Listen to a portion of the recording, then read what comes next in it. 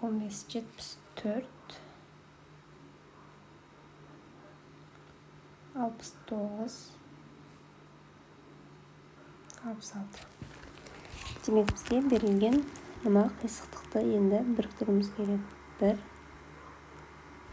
2 3. Сіздерде мынау расстояние мен расстояние бұл салқындау.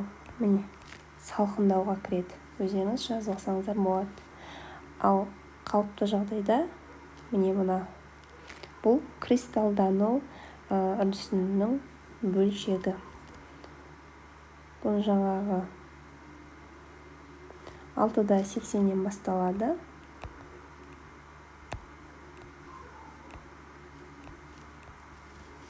Және 10-да 80-нен аяқталады.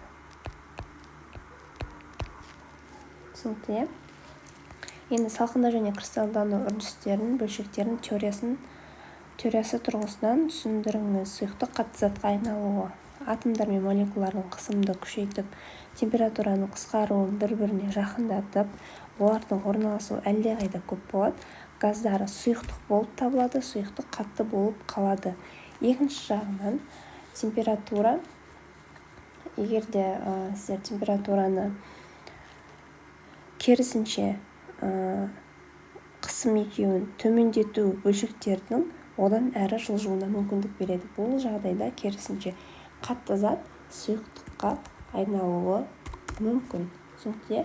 Ал жалпы кристалдану деген бұл заттың аса суығын аналық ортасынан еркін энергиясы төмен кристалдық күйге фазалық ауысуы болып келеді. Бұл ауысу кезінде жаңа кристалдардың пайда болу басталады. Жалпы кристалдану екі процесстен тұрады, ядролық және кристалды өсу болып. Енді бұл жайлы келесі сабақтарда нақтырақ айтылатын болады.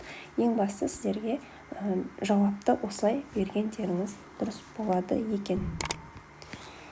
Бүгін біздің БЖБ номер 2 агрегаттық күйінің өзгеруі тақырыбы бойынша 6-ші сыныпқа арналған бақылау жұмысын талдап өттік. Егер сұрақтарыңыз болса, комментария жазып кетіңіздер. Сіздермен бірге болған химия онлайн арнасы. Мен Зерке Әлбекқызы. Пока-пока.